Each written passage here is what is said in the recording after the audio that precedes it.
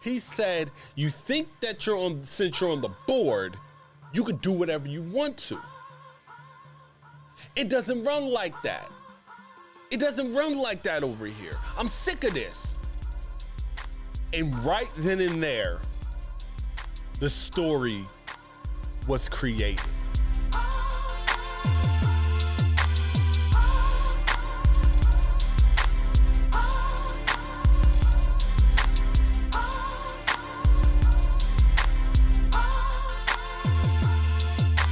What's going on, everybody? It is I, the Franchise, here, and this is another installment of Wrestle Talk with the Franchise. First and foremost, I want to apologize for the way I sound. I am getting over. I don't know if it was the flu. I know it wasn't COVID. I took a COVID test, but yeah, it took me out. Like, I'm still, suffering from some effects of it. So if I sound a little winded, don't be alarmed. It is literally because I'm recovering from whatever I had over the course of the past few days. But I could not record an installment of Wrestle Talk with the Franchise, especially after the events that happened on Thursday. If you follow the page RCW_podcast on Instagram, you did see on the story, you did hear me say I was not going to address the conference, the confrontation, whatever you want to refer to, the events that occurred at that press conference for Wrestlemania 40. I was not going to address it until I was on this here platform. You can ask my brother. You can ask other friends of mine. They've reached out. They tried to ask me my thoughts and my opinion. My brother damn near got to the point where he cussed me out because I literally told him, I'm not going to discuss. I'm not going to give my thoughts on what happened until I record. And there's a reason behind that. Most people, when they do podcast or they do any type of interview or whatever the case may be, if they're just having general conversation, sometimes others can persuade you out of your original thought. Some people can say certain things that can make you go, yeah, all right, I see it this way, so I'm not gonna stand by what I initially thought. I'm going to go with what you're saying because it may make more sense. I didn't want to do that. Did not want to do that at all. I wanted to literally get on here and give y'all my true, raw feelings after that press conference. Now, grant, press conference was Thursday. I'm recording this on Sunday. This will drop Monday. So we've had some days to go by, but I will tell you, I rarely looked into much of other people's thoughts of this press conference. I read some things about it. Like, I do know that the press conference did break records for a non-wrestling event within the WWE. Like, it did break a lot of those records. But like, as far as the thoughts and opinions, I did listen to maybe one or two, just to see if their opinion changed. And it did, to a degree. It's funny how, and this goes back to what I said last week, fickled. We are fickled fans. And I as I've said in previous episodes, I just want to sit back and enjoy this ride because we are getting a lot of stuff that we're not used to seeing. We're getting things that is new to some of us. We're getting things that is it's telling. Okay? I, for one, have always said Cody was going to finish the story one way or another. And I've always said that Cody was going to go through his own version of hard times. Now, there is some things that I am a little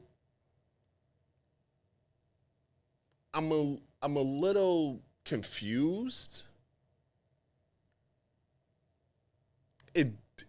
I would love to see, and I'm gonna get into it, what I would have loved to see happen on SmackDown. Maybe it'll happen next week, but what I would have loved to see happen this past Friday on SmackDown. So, let's just dive right into this because this is the only thing on this agenda was the conference. On my docket, literally, it is the road to WrestleMania. The decision and my thoughts on this whole entire situation. So, Thursday in Las Vegas, WWE had their press conference for WrestleMania 40. Kind of gave me the old school feel for, them doing this. Made me think of WrestleMania. Was it 14? 14 or 15, whichever press conference where Stone Cold fought Shawn Michaels and Tyson was in there. And remember when they had the press conference and Tyson was the enforcer, ended up joining DX, but then ended up turning on DX and Stone Cold won the title and all that. This kind of gave me that feeling, like seeing the press conference, seeing the anticipation behind it. But there was a lot of things that was building up to this. Obviously, we all know that about 2 weeks ago now, Cody Rhodes he declared that he was not going to finish the story and take the title from Roman and take everything from Roman at WrestleMania. And he said that he seeked a special counsel, and we all know what happens. I'm going to get into that, but let's dive into the conference itself. So first things first, it was great to see Big E and CM Punk there. I was informed last Sunday after I recorded this. I got a DM from a friend of mine who is a physical therapist, specialized in sports, and he showed me a picture of CM Punk at a physical therapist and told me, like, this is real, because he knew how I felt. He follows the page, and he knew how I felt about the whole matter, how I felt like it could have been a work, but he indeed showed me the photo, and it's, you see CM Punk with the brace on as he was in the press conference. So, unfortunately, CM Punk will be out. I believe they say that he may be ready to go for SummerSlam, so hopefully we can have a summer of CM Punk, which will be great. I can see if Punk is ready for SummerSlam, I'm going to tell y'all what I see happening. But first, it was great to see CM Punk, great to see Big E. I know Big E has been saying that he's good, he's feeling great, he's healthy, and all this other stuff. But if you watch really closely to the video, if you watch really closely to when Big E was talking, when Big E was turning, he was not turning his neck. He was turning his body to look at the fans, to do everything like that. So I don't believe he's in-ring ready. I think he's physically, he feels great, but I don't think that he's in-ring ready. And Big E, I think, has come to the realization that he may not wrestle again or not anytime soon. And it's bittersweet. I miss Big E. I miss Big E's presence. I just miss him. You know, New Day doesn't even feel like they're New Day anymore. Even if you look at when they come out now, Kofi doesn't even come out in New Day attire. He comes out in like basketball shorts now. He's not dressed like New Day used to be dressed. Xavier still dresses like he's, you know, still doing his little cosplay or still giving, paying homage to certain things. Kofi's not. You know, so I'm not saying that this looks like the end of New Day, because I don't think you will ever see New Day actually go apart. But it's definitely, you could tell now they're really starting to come into their own. You know, Kofi looks like he's getting, another identity as far as his gear goes. And like I said, Xavier still wears what he wears.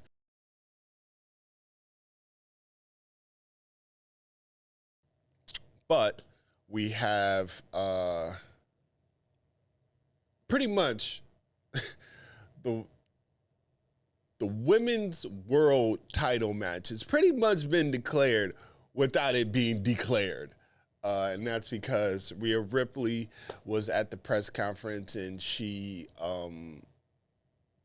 promoted her match with Nia Jax at the Elimination Chamber and said that she was going to do what she was going to do and Mommy was going to be on top and she was going to be waiting on whoever will be coming out of the Elimination Chamber. Insert Becky Lynch.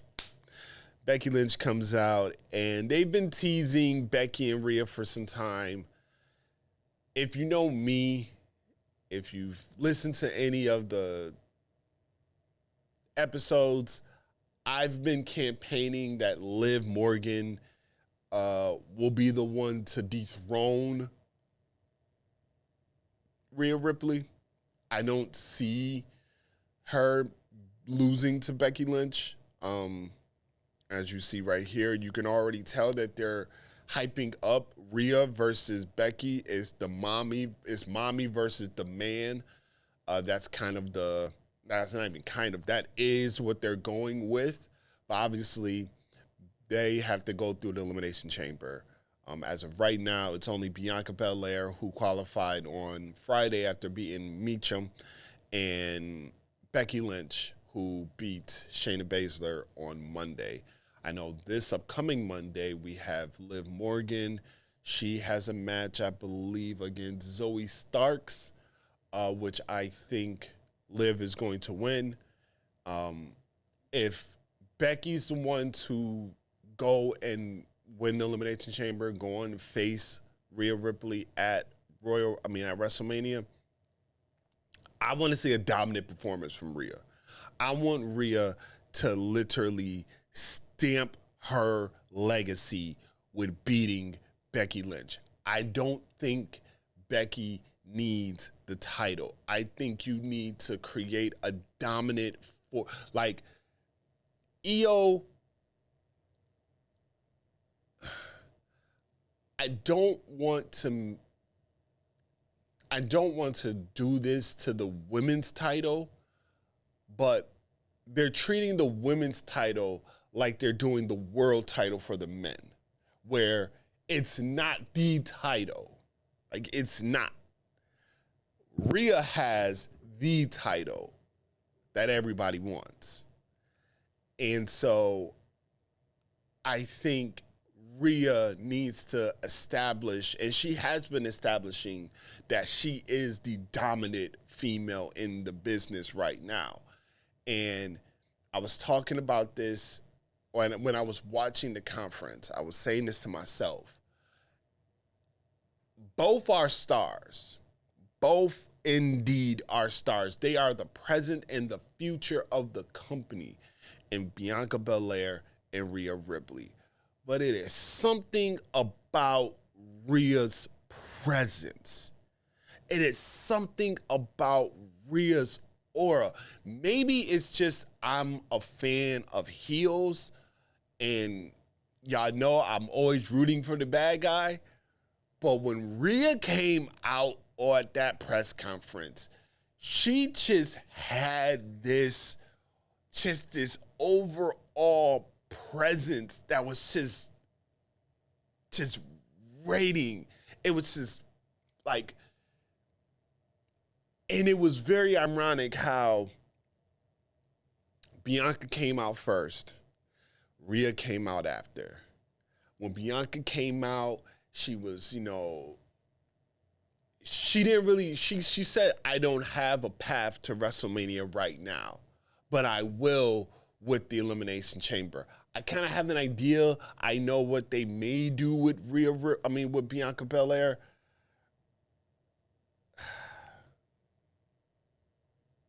I don't want to see this, but I can see this happening. I can see either Bianca takes on Tiffany Stratton, which I wouldn't mind seeing, because Tiffany Stratton is the future. Like, that is the future of the women's division. It's Tiffany Stratton right there. She literally has it all, and she's still getting better. If not that, the Kabuki Warriors don't have a match right now. I mean, we're not even past Elimination Chamber yet. But I won't be surprised. And this is going to be very stereotype. But I will not be surprised if the Kabuki Warriors takes on Bianca Belair and Jade Cargill. And Bianca and Jade win those tag team titles. I wouldn't be surprised. I would not. I think they will insert her. I think with her being in a tag team match, she really doesn't have to do that much. She can kind of be in the background. And I can see them putting the tag team titles on Bianca and Jade. I don't see them having Bianca and Jade actually have a match yet. I can see that happening, though. So, but when Bianca comes out, as I've always alluded to, Bianca Belair is like the female John Cena. Watching Love in WWE, you see the presence, you see the fan reaction, especially amongst little young black girls. They love Bianca Belair. Black women love Bianca Belair. I mean, everybody loves her, but for the black community, that is, we champion for her. But when you look at Rhea Ripley and her presentation, as far as that, like, having it, she has it. And maybe it's because, like I said, maybe it's because I'm a fan of heels. And I'm always looking for Bianca to go heel. I've always wanted Bianca to go heel. I thought she should have went heel when she came back after being gone, but it didn't happen. You know, she turned her attitude a little bit, but it wasn't like Bianca in NXT. Like Bianca, when she was in NXT, she was a heel, but the fans ended up liking her. So it was, kind of one of those things. But I say all that to say Rhea Ripley and Becky Lynch will probably fight for the Women's World Championship at WrestleMania. If that happens, Liv may eventually win Money in the Bank. I don't want her to win Money in the Bank because I don't want her to dethrone Rhea off of Money in the Bank. I want her to dethrone Rhea off of their history, their past. Rhea was the one that took her out. I want to see her dethrone Rhea in a way that does not require the briefcase. That's just me. And I think Rhea will put Liv over. So, now that that's out of the way, let's talk about the real. Let's talk about what everybody's really talking about. And they're talking about the end of the press conference with Seth freaking Rollins deciding to come on out. And he came out, he said, let's get ourselves a main event for WrestleMania. So let's bring out Cody Rhodes. And instead of Cody, he got the guy. He got the man. He got the tribal chief. He got Roman Reigns. And Roman Reigns began to belittle Seth Rollins.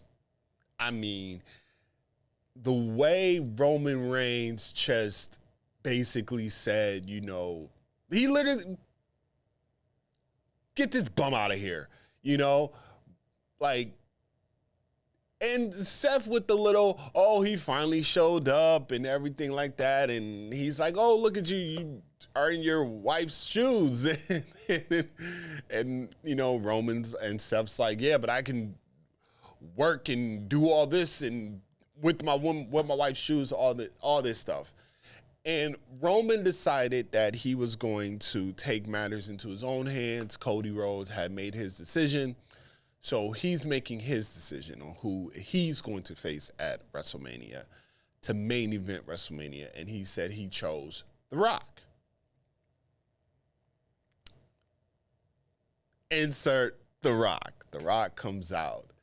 And prior to the press conference, The Rock was on the Pat McAfee show. And a lot of people spoke about how The Rock got into heel Rock. A lot of people refer to it as the Hollywood Rock, where he was talking about the Cody crybabies and how there's certain fans, the Cody crybabies, that sit at home, grown men, very Cena-like when he was talking about the Cody crybabies, when he was talking about the grown men wearing the armbands and the John Cena shirts and all this, but he was talking about how the Cody crybabies are on the internet going crazy on the keyboards, like, right? So it was very funny because I know in the wrestling community knows exactly who he's talking about. So much so that Dave LaGreca himself, who we all know Rock was probably referring to, went and took time to do another 12-minute podcast in the wake of Rock on Pat McAfee's show, referring to the Cody fans, the Cody crybabies, and took his time to address The Rock about him being a Cody crybaby. And he was like, yes, I am a Cody crybaby, and I'm proud to be a Cody crybaby. Ah, boy. But Rock came out to a mixed reaction. And The Rock proceeded to ask, do you think The Rock can beat Roman Reigns at WrestleMania. Then said, or do you think The Rock versus Roman Reigns will be the biggest main event in WrestleMania history? And the crowd was not really feeling this, you know, and you started hearing the "We Want Cody" chants. You started to feel that momentum starting to go. And you can see it in The Rock's face. And it's very funny because as I was watching this, I noticed that Rock and Roman have very similar mannerisms. Like when Roman first came out, he was like doing like this and looking around and like absorbing all the energy. And it was similar to The Rock. The Rock was doing the same thing. I swear to you, it was like when Rock came out, I was like, okay, why does Rock have a tank top on and a chain? And then all I can think about, because the Ace said this the next day, was Vin Diesel, Dominic Toretto. He's the only one that can stop this. And all I could think about was The Rock literally dressed like Dominic Toretto. So I'm like, great.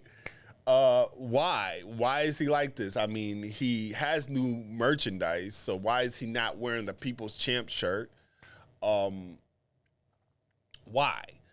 But I get it. Whatever. It's The Rock. He do whatever he wants to, clearly. So The Rock then proceeds to show everybody the Bloodline family tree. And when he did this, he said something. If you can't see the fact that this is proof that there is only one dominant and powerful royal family in professional wrestling, then save your booze, save your booze. Then, if that's what you think, then in simple Rock speak, it doesn't matter what you think.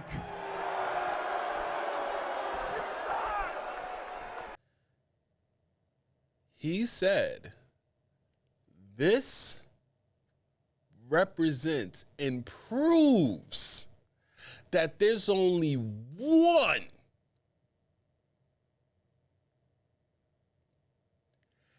dominant royal family in wrestling.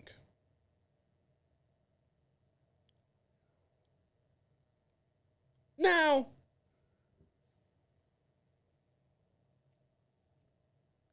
if my brain, which during this time was a little foggy because I was sick, drugged up, when he said that, I knew where they were going. Wrestling has more than one royal family. Ladies and gentlemen, it's the wording.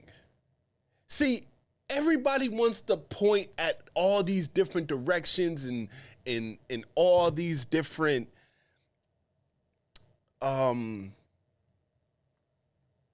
scenarios. When it all comes down to it, pay attention to Cody Rhodes' theme music. Because in the very beginning of his theme music, he says, Wrestling has more than one royal family. Now, I remember, I'm like 75% sure that I said on this platform, on Royal Club Wrestling Podcast, I said, leading up to Roman versus Cody, that the story should literally be that there is more than one wrestling family, royal wrestling family. I've said it from the beginning. When you first heard Cody's music from when he was in the Indies, it was like as though as if he was already creating a story whenever he decided that he was going to come back to the WWE, that this is what it was going to be. Now, keep that in mind, because here's where Cody comes out. And we all know Cody came out, Cody basically said, this is bullshit. And he went on to say that Roman does not have the right to determine who he faces. It's Cody's right. It's Cody's given right because he won the Royal Rumble. Now, here's where if I'm Roman, and they kind of alluded to it because they said, you've already made your choice. You gave up your right to face me. Go on and face Seth Rollins. Go over there and deal with the number twos. Go deal with the loser bracket belt. You know, go deal with that over there. Because we're done with you over here.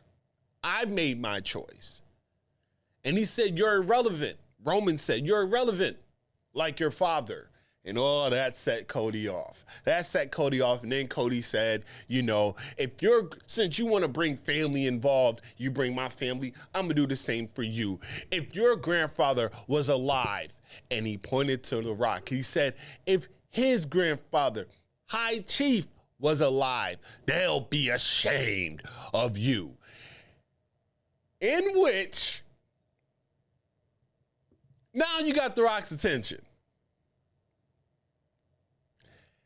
Now, before he even said that they would be ashamed of them, he said, what is this match even about? Who sits at the head of the table? Why does it matter when none of y'all have done nothing for the past 2 years? Rock is longer, but I see what they're saying.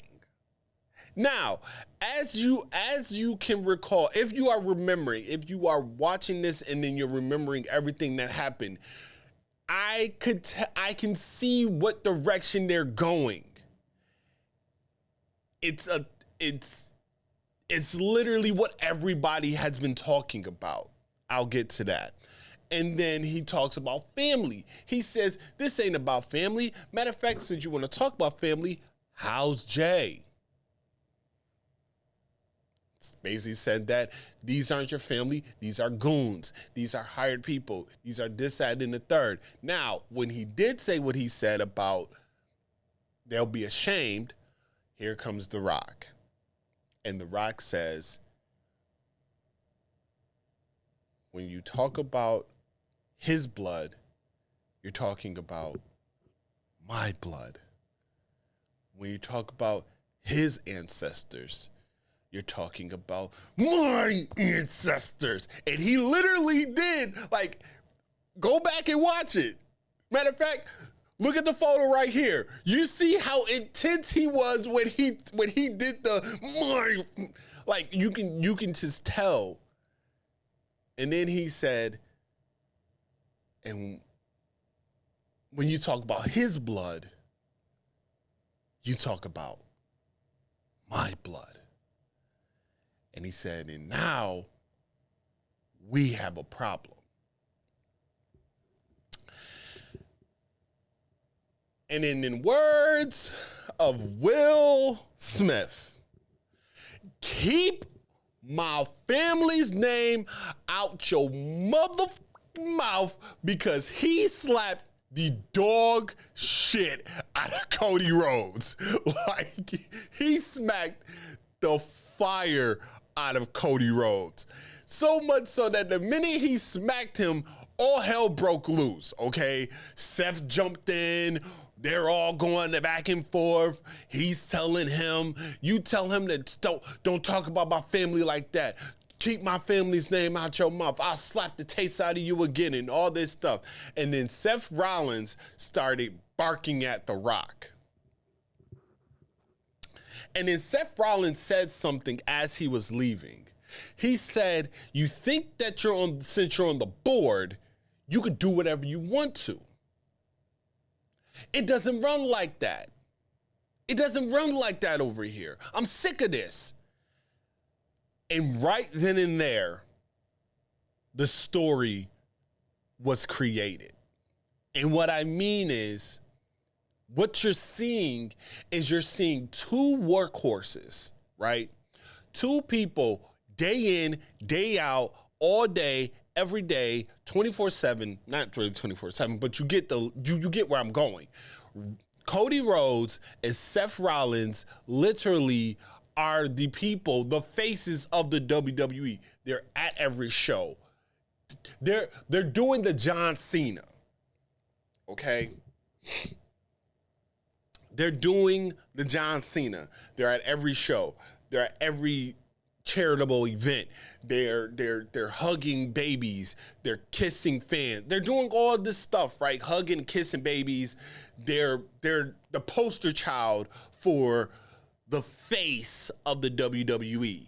Meanwhile, you have Roman Reigns, who has been now inserted as being the Brock Lesnar of the WWE, no pun intended, and I'm not saying that in the way of what Brock has allegedly done, but I'm just saying as far as the part-time schedule, showing up when he wants to, defending the belt whenever he wants to, kind of doing that thing. And then let's not get into The Rock, who is Hollywood.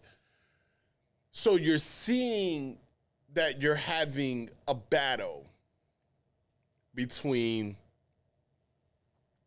the ones that are here all day, every day. We are here. We're putting on the shows. We're here to entertain you guys. We put this business over everything else. And then you have Roman, who's just like, he's the attraction. As I've always said, Roman Reigns has become the attraction, okay? Say what you want, but every time that man's music hits, everybody stands up. Everybody acknowledges him. Everybody puts the ones up in the air. When he says acknowledge me, whether you boo him or cheer him, guess what? You're still acknowledging him. So, with all that being said, we now have this on our hands. So,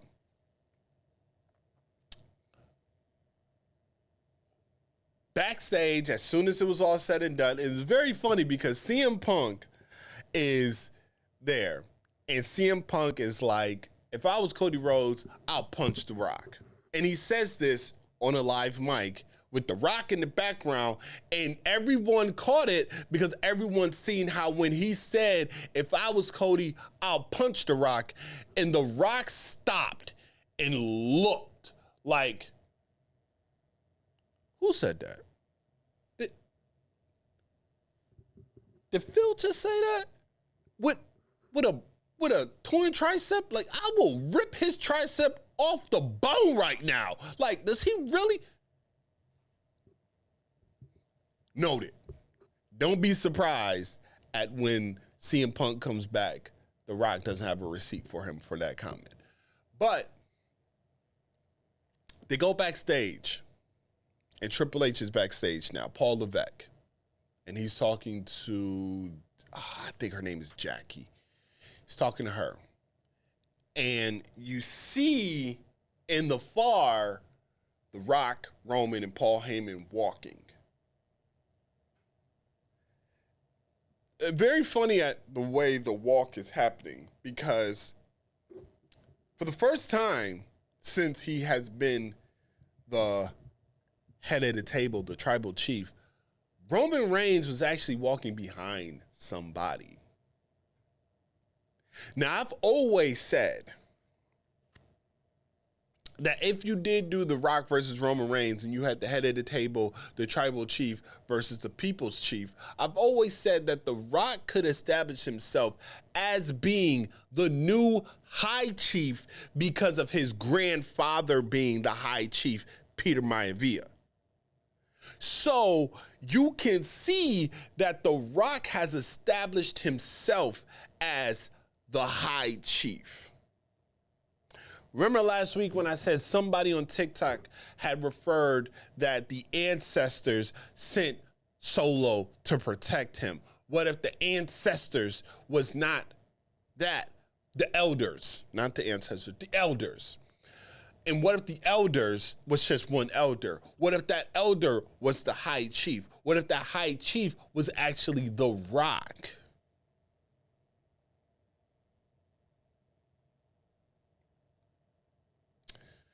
You see the formation. The Rock in the front, Roman in the back, Paul behind Roman. And then you see Rock and Triple H have their spat. And he said, fix it. Fix this. He talked shit about our family. Fix it. You deal with it. You fix this problem. Because if you don't fix it, we'll fix it. And Triple H did say he was out of line for that. He was out of line. And he said, well, do something about it. Because if you don't do something, we'll do something. And then The Rock goes on to say that he was going to slap his fucking teeth out. That's what he said. And then Roman said, you're lucky we're leaving. Now, I believe that's what Roman said. And Triple H followed that by saying, you're lucky as well.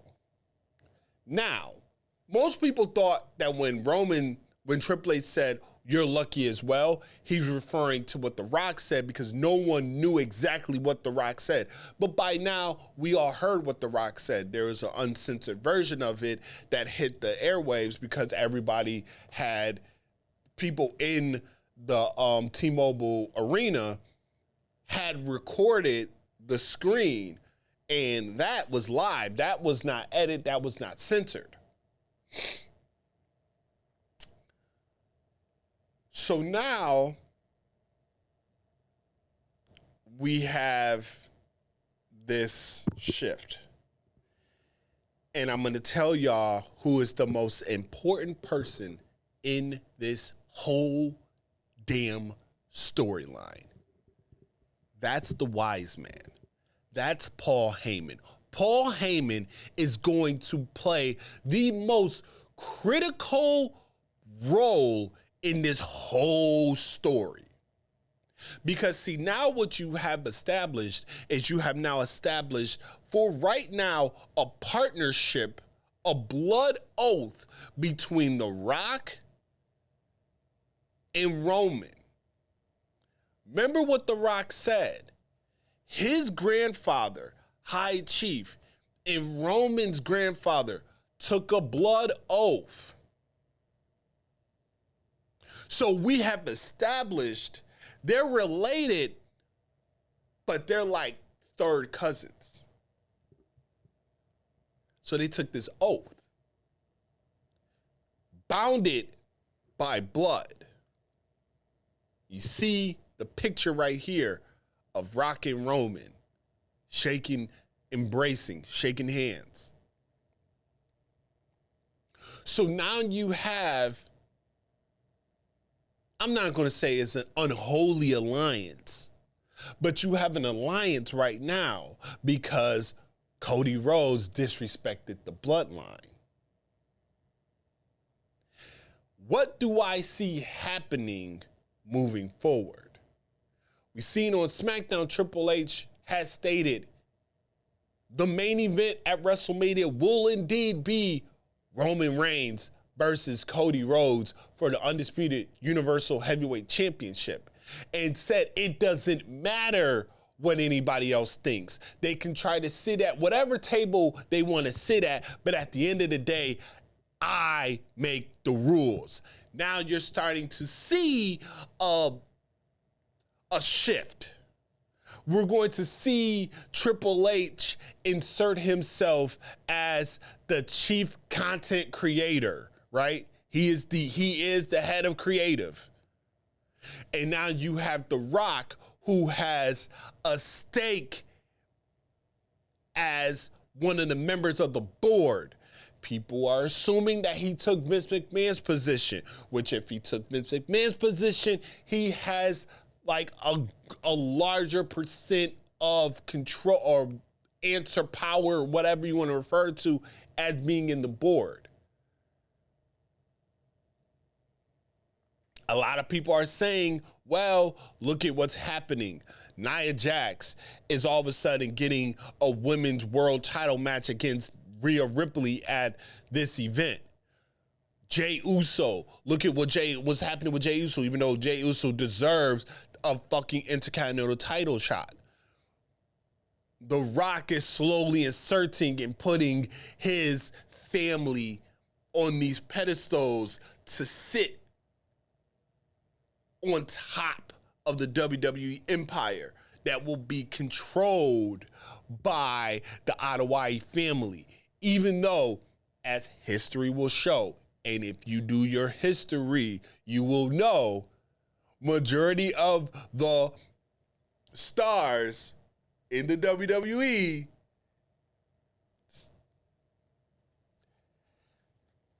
Superfly, Yoko, The Rock, the Wild Samoans,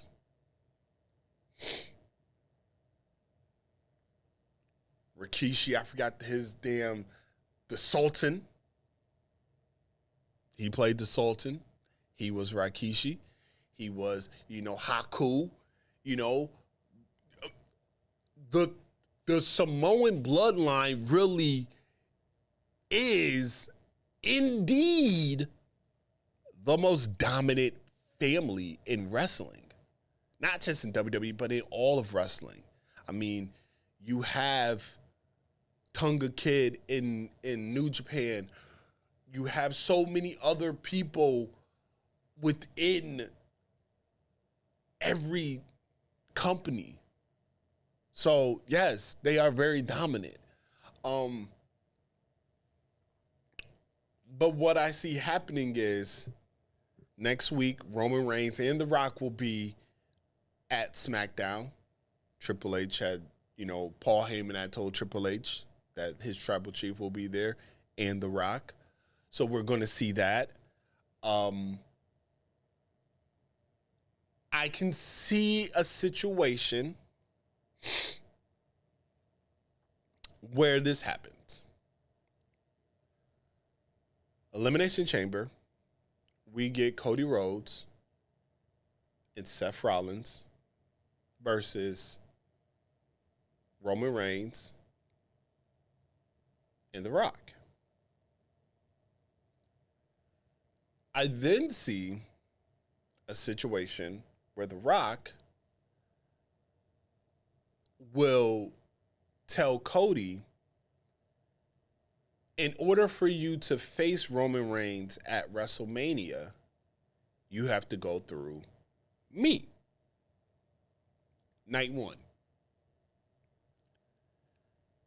And I see a scenario where Cody beats The Rock night one. Sounds very familiar? Because it is. It's Daniel Bryan-esque. It's the Yes Movement.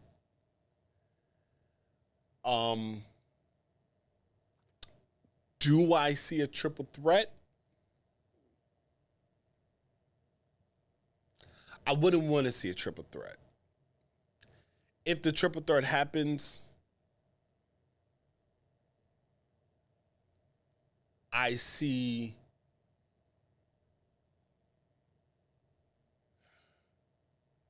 don't see the triple threat happening. I see it being Cody versus Roman. I see Cody beating Roman. And then I can see a situation where The Rock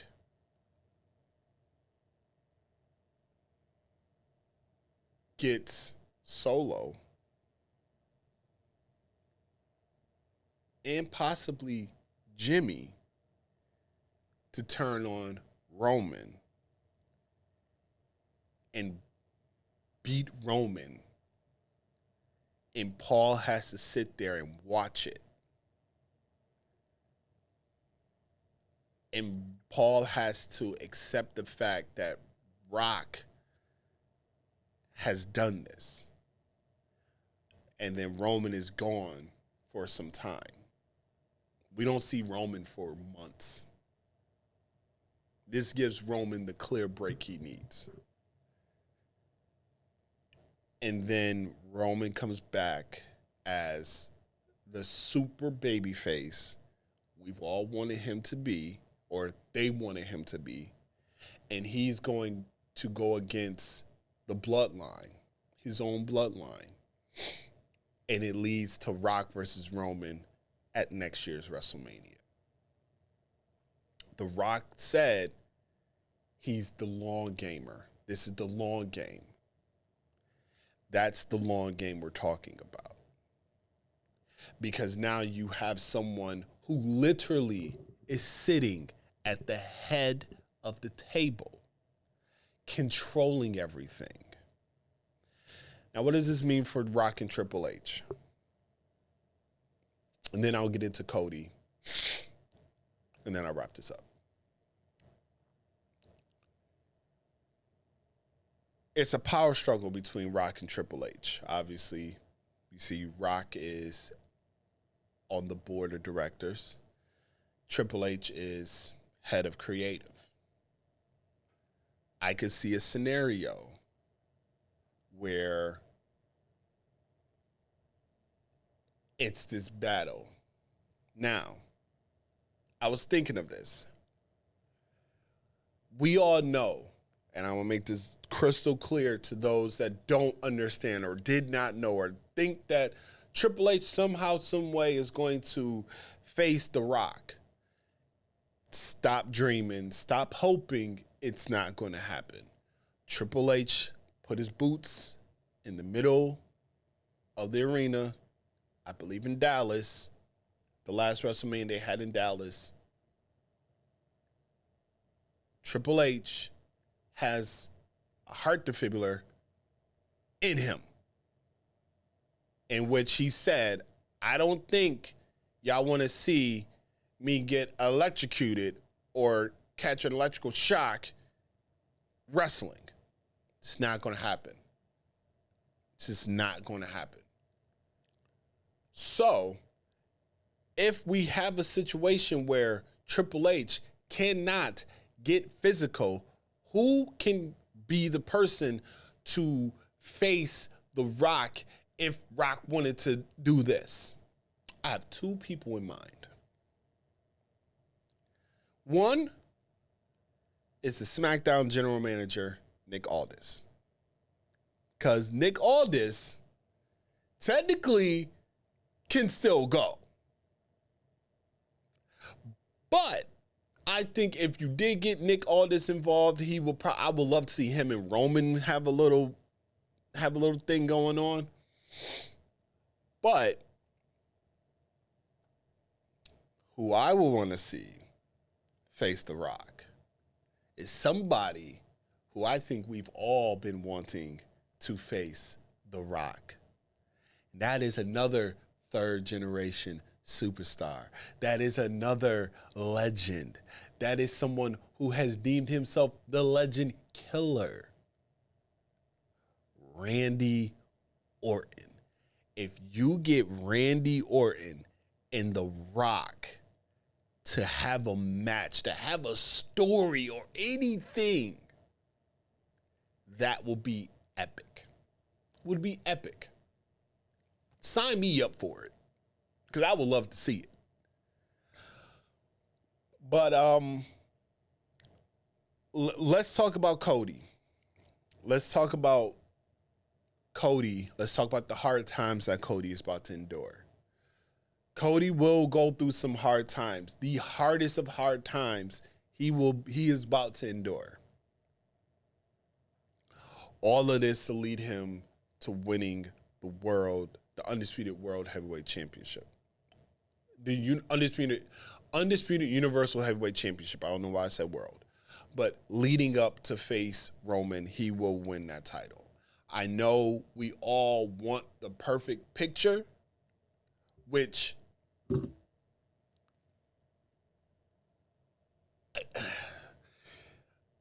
so there's all this talk about breaking Hogan's streak, right? And a lot of people have think pieces on it and how it really doesn't count because Hogan defended it this amount of times, Roman's only defended it this amount of times. I don't think they're counting the defense. I think they're talking about the title reign. And then when you're looking at it, they're like, well, if you're counting the Universal title, he's held it for this long. If you're talking about when he had both titles, is this. But then when they unified it and made it the undisputed Universal title, it's all these different things. I'm literally looking at the title reign with him as the Universal Heavyweight Champion. Not defenses.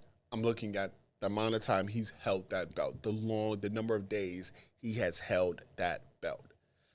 Do I want to see him surpass Hogan? Yes, because y'all already know how I feel about Hulk Hogan. But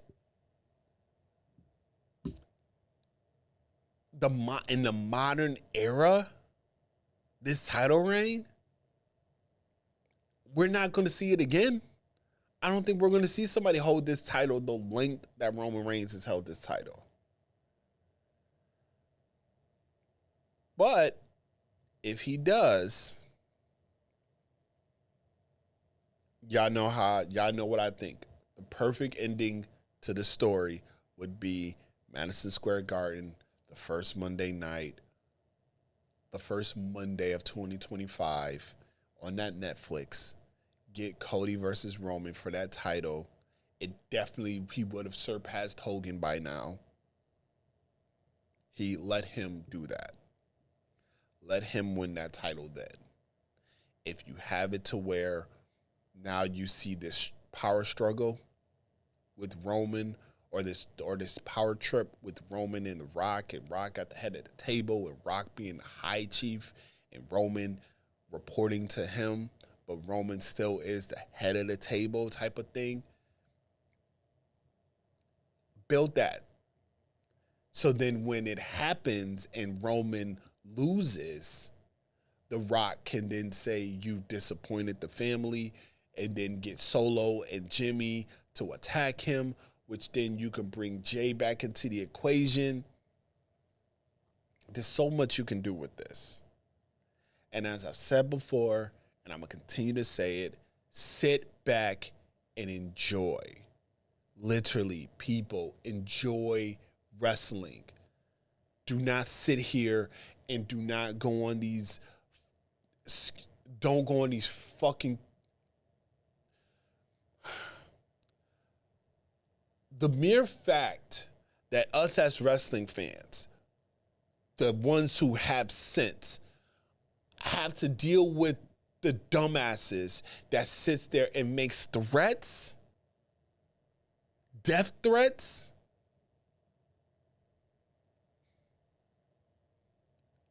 I won't be surprised if The Rock uses the fact that y'all make death threats towards his damn daughter. I won't be surprised if he uses that and literally goes and says something to the degree of, look at what y'all, like, the audacity of y'all. You know, somebody, I just seen it on Twitter this morning when I was getting myself ready. Somebody made a stat or commented on The Rock and whatever him and Oprah have, I guess what they have going out there with Maui and Hawaii and all the stuff that happened out there. And The Rock wrote a long message about this and said, I normally don't do this. I normally don't engage with this type of negativity, but I have to because it has to be said, and proceeded to talk about it. We gotta toe this line.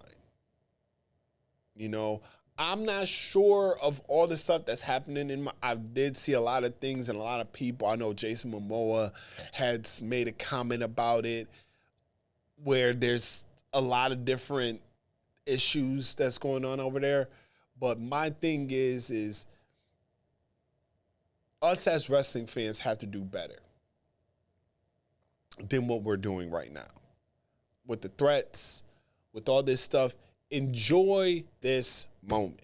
Enjoy what we're getting, okay? We will probably never see something like this again. A lot of people think Rock is going to do a lot of bad for business. Look at what he's done with, you know, his movie career isn't flourishing as it once was. The whole DC situation with the DC universe. The Fast and Furious franchise, you know, everything, him and his beef with Vin Diesel, you know, people have so much to say about The Rock and his role and what he could or could not be doing to the WWE, inserting his power and all this other stuff. And I even heard some people say, not some people, I've heard one person refer to him as being the new Vince McMahon.